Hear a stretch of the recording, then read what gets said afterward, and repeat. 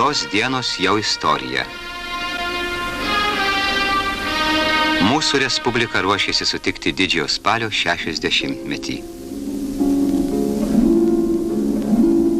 Daugiau kaip 4000 Vilniaus jaunuolių pasiaukojimų darbų iškovojo teisę pasirašyti raportą Tarybų Sąjungos komunistų partijos centro komitetui. Nugalėtojų sąskrydį Respublikos komjaunimo veteranai Feliksas Bieliauskas, Marijonas Miceika.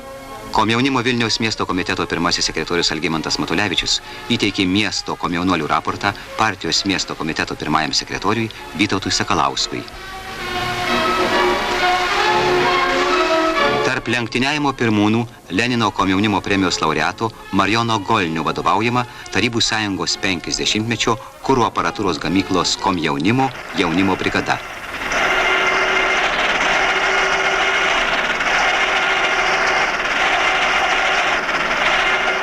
Ši brigada kuro siurblius renka vien su kokybės ženklu.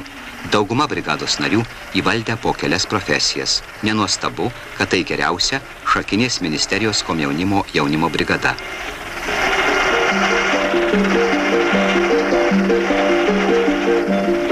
Socialistinio darbo didvyris Pranas Vilainis jaunimo globotojas. Jo auklėtinis Vitoldas Bobinas vienas geriausių Lenino ordino skaičiavimo mašinų gamyklos šaltkalvių. Džiaugsmo šventėje globotojo žodis svarus kiekvienam jaunuoliui.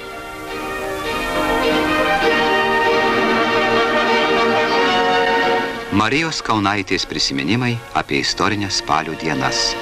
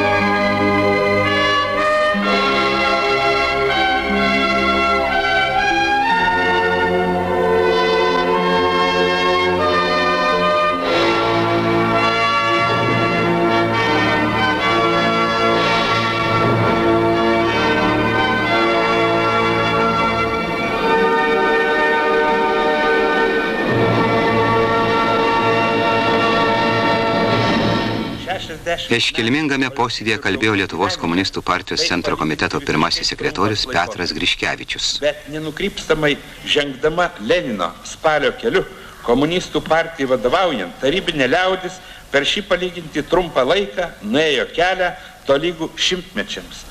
Nepamirštamos spalio dienos sukrėtė visą planetą, pabrėžė pranešime draugas Leonidas Brežnevas. Prasidėjo nauja istorinė epocha, pasaulio revoliucinio atsinaujinimo epocha, perėjimo į socializmą ir komunizmą epocha. Prasidėjo kelias, kuriuo šiandien žengia šimtai milijonų žmonių ir kuriuo žengti lemta visai žmonijai.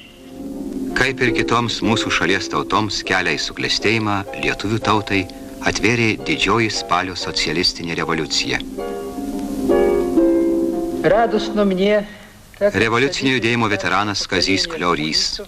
Поздравить вас с праздником 60-летия Великой Октябрьской социалистической революции и пожелать успехов в строительстве коммунизма. Socialistinio darbo didvyris kolūkio pirmininkas Romualdas Višinskas. Didelė garbė ir atsakomybė Audėja Audrutė Tumasonienė. ir darbo tradicijų tęsėjais. Ši atsakomybė ryškiai atsispindi naujoje TSRS konstitucijoje. Respublikos mokslo akademijos prezidentas, socialistinio darbo didvyris Juozas Matulis sveikino kandidatas į Lenkijos jungtinės darbininkų partijos centro komiteto narius, partijos Belistoko vaivadijos komiteto pirmasis sekretorius, vaivadijos liaudės tarybos pirmininkas Vladislavas Juškevičius, Vokietijos vieningosios socialistų partijos centro komiteto narys, partijos Erfurto apygardos komiteto pirmasis sekretorius Aloyzas Baroiti Gamas, Vengrijos socialistinės darbininkų partijos Haidų Biharos srities komiteto sekretorius Janošas Fiulopas. Lietuvos Lenino komunistinės jaunimo sąjungos centro komiteto pirmasis sekretorius Valerijonas Baltrūnas. Ir todėl nesistebėkime, matydami, kad revoliucijos kovų ir darbo veteranas, didžiojo spalio bendramžis slapčia nubrauks džiaugsmo ašarą, matydamas kokių tik tai svajonėse regėtų aukštumų, pasiekė tarybų šalis ir kaip skaičiai šiandieną viso pasaulio kovojančiai už laisvę ir lygybę žmonijai, žėri spalio revoliucijos žvaigždė.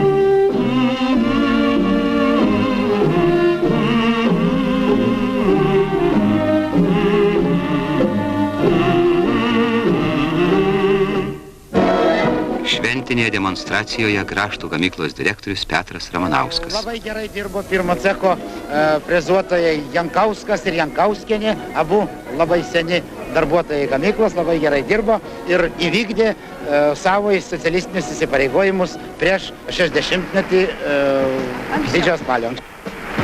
10 metų gamykloje dirba Filomena Jankauskienė. Įgijo nemoterišką profesiją, šlifuotoją, ir nors šeima atima daug laiko, mokosi.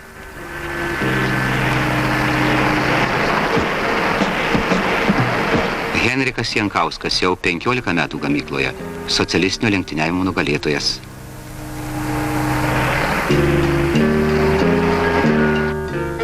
Ieva Glinskienė gyvena kitame Respublikos krašte, Joniškio rajono Baliūnų kolūky.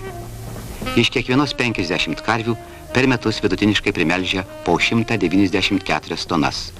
Jai šiais metais paskirta Tarybų sąjungos valstybinė premija.